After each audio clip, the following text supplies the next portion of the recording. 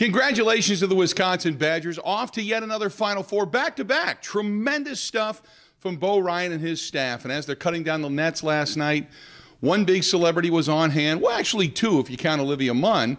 Aaron Rodgers was in the house, and he was escorted down to the court.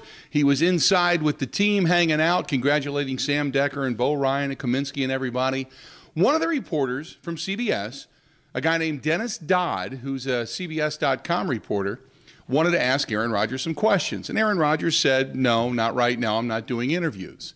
Well, Dodd then went on a rant, a Twitter rant, about what is Aaron Rodgers doing there? Why is he allowed on the court? He's going to talk to the NCAA and the Basketball Writers Association of America about why Aaron Rodgers was there, and just went off and he looked like a high school girl that asked the star quarterback to the prom, and he just said, no, I'm not going to go with you, and then got scorned and started just ripping the guy to rip the guy. That's the way Dennis Dodd came off last night.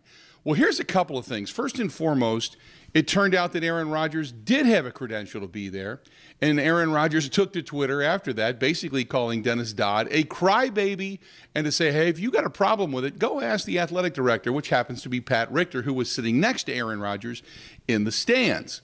Here's the second thing, and Dodd, you should know this. In a particular situation like this, you're not going to win. Aaron Rodgers has a terrific image. He's supporting a school in a state that he lives in. He's got a good friendship with Bo Ryan and Kaminsky and Decker. They've done some things back and forth on Twitter. It's been fun. It's been jovial. It's been high profile for the school. It's been a great feel-good story, and you tried to pee on that. You're never going to win in that situation. You looked terrible.